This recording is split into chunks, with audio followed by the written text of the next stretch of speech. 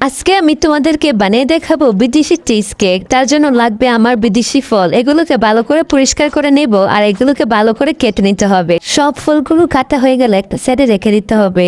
বিচিগুলোকে একটি পাত্রে সংরক্ষণ করতে হবে। সবগুলো সংরক্ষণ করা হয়ে গেলে একটা সাইডে রাখতে হবে। এখন একটা চুলায় পর্যাপ্ত পরিমাণ পানি দিয়ে এগুলোকে ভালো করে সিদ্ধ করে নিতে হবে। এখন আমরা একটা ছাঁকনির সাহায্যে ফলের রসগুলোকে ভালো করে আলগা করে নেব আর বিচিগুলো আলগা সাইডে রেখে দিচ্ছি। এখন একটা বল দিয়ে দিচ্ছি, ওর মধ্যে পর্যাপ্ত পরিমাণ চিজ, দুধ ও ফলের রসটার মধ্যে 1 চামচ কর্নফ্লাওয়ার মিক্স করে এটার মধ্যে দিয়ে দিচ্ছি।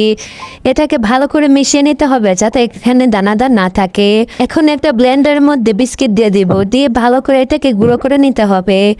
এখন একটা মোল্ড নিতে হবে, তার মধ্যে বিস্কিটের গুঁড়া ক্রিম দিয়ে ভালো করে সমান করে নিতে হবে। তারপরে দিয়ে দিচ্ছি ফলের জুসটা আর বিচিগুলো দিয়ে এটাকে ফ্রিজে রাখতে হবে সারা রাতের জন্য। ফিরে আসছি সকালবেলা। এখন এটাকে আনমোল্ড করে নিব আর একটু ভালো করে সাজিয়ে নিব।